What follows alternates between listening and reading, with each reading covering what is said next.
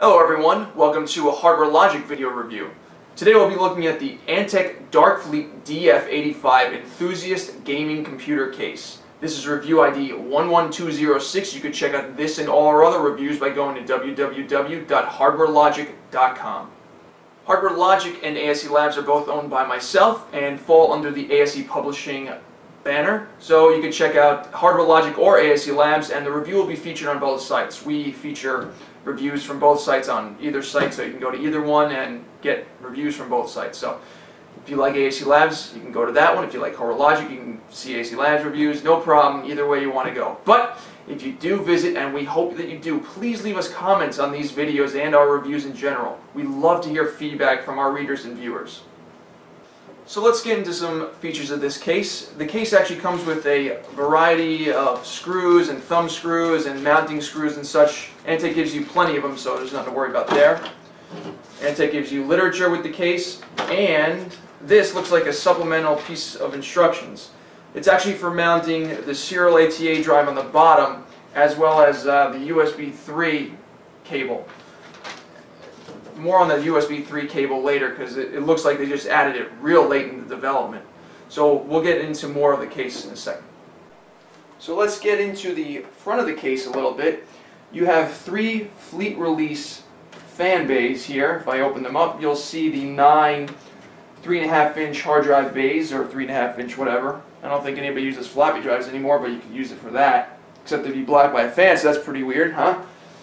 These fleet release bays actually have fan dust guards, so you can just take them out and clean them. They're hard plastic mesh and they're pretty easy to clean. Just run some water through it and you should be fine. Stick that right back in there. And they just close back up and they lock like this. That's great. You have here optical drive ports, and you'd have to punch these out if you want to put more than one. The top one was already out. For the metal bracket in back, and this is the actual plastic piece that comes out. Over on the top you have the hot swappable 2.5-inch serial ATA hard drive bay for SSDs, the reset button, the power button. You have 3 USB 2.0 ports and 1 USB 3.0 port. And here's the optical drive ports, just so you know where it is. The audio ports are here, and that's pretty much the top of the case for the various ports and such. The power LED and the hard drive LED are right here. As you can see, the side of the case has a nice 2-panel window, one here, and you have a place for an additional 120mm fan right on the video card, so that's nice for cooling. It has rubber grommets to make the vibrations less, because nobody wants a really noisy case. The top of the case has 240mm fans that exhaust. You have adequate cooling on the top, and they are controllable in the panel in the back, which I'll show you in a second. Over in the back you have 220mm fans, some ports for water cooling. Yeah, and they don't get your finger stuck in there. It's like one of those finger traps, crazy. You have 7 I/O ports here, and one that's taken up by the USB 3 cord, which is really strange because it's like a chrome piece and everything else is black. So I think that was just an addition really late in the design of the case. You have the fan controller up here to control the different fan speeds for the top and the sides. The front ones are controlled individually by the front volume rocker thingies. And in the bottom here you have the power supply area. It can take ATX or the proprietary CPX power supplies. Just wanted to move back to the front of the case once again to show you the fan controlling knob. This controls the speed of the fan, which I'll show you in 1 second. We'll just go through the interior of the case first, and then we'll come back to hear how the case sounds on. After pulling off the side, you can see the insides of the case. This is already built, so you can see the terrible wiring job I've done, and it's probably the best wiring job I've ever did, so that tells you how good I am at hiding my wires. But I'll show you the back of the case to show how much space there is to actually put all your wires in there. As you can see, there's one optical drive installed, one 3.5-inch hard drive installed, one 2.5-inch serial ATA SSD installed, and this looks like it was added late in the design again because it's a weird location for it, right near the power supply. And pretty much everything is nicely laid out. It doesn't have a removable motherboard tray, but I don't think you need it for the amount of space in here. There's wire management holes here, here, here, one here, and a big giant one right here with the power supply. And all your wires basically come from this point in the case, and the fans hang their wires off. So you can use this port here to put all the front panel audio, the USB ports and such through this and mount them down here. The only problem is though, power supplies that are older might not have a long enough cable to reach for their CPU power, so I had to actually route mine from over here, this up here, instead of routing it behind the case and putting it over here. It just wasn't long enough. This is Antec's Fleet Swap, which is basically a hot swappable 3.5-inch hard drive bay. So you could just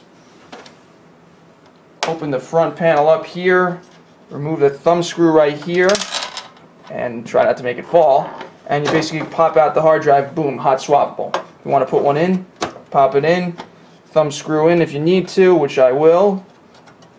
Screw that in there, hot swapped in, done. So that's the hot swappable bay that Antec packages with the Dark Fleet case. Pretty interesting. As you can see, you've got plenty of space at the top here and the sides here around the CPU socket. Let me just go a little down so you can see the entire motherboard tray and everything. You have enough space to do whatever you'd like. If you want water cooling externally, you can. If you want it internally, you probably could put the radiator on top here or something, but they do give you ports for the radiator and the pumps here. As you can see, these two here, it's like a Chinese finger trap if you get your finger stuck in there though. Wow. So let's see how it sounds now. Let's just turn it on here. The fans are on low right now, so I'll just shut up for a little bit so you can hear it.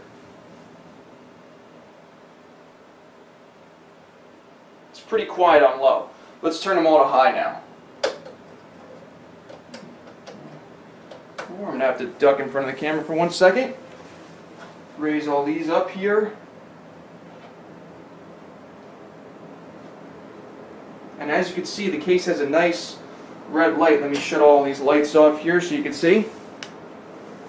You can see the lighting on the sides here in the front and the back. And as you can see, I have tracer red LED modules in here, so you could have a nice more redness to it. And I really like red and I really like black, so the DF-85 is a really nice case for me. Let me turn these lights back on. So now that the case is all fastly tightened up, you can hear the case in its loudest setting, the fast speed.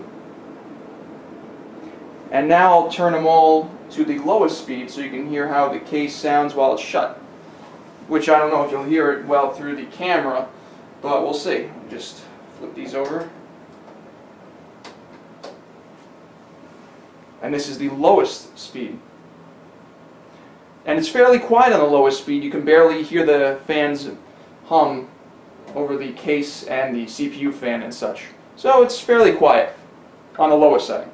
And this is the back of the motherboard area. You can see the huge cutout for CPU cooling mounts in the back here, and you can see my horrible wiring job here, which you have plenty of room to hide wires here, over here in the back of the motherboard tray, so plenty of room to get this right as opposed to what I just did here. But you know what, for stuffing the wires in anywhere, you get them out of the way and it still works. Antec does give you a lot of room for this case. It is a full-size case after all. HardwareLogic would like to thank Antec for supplying this case for review.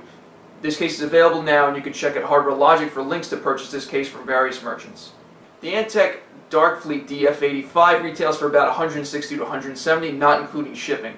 If you can find a place to buy this that has free shipping, really jump on that one.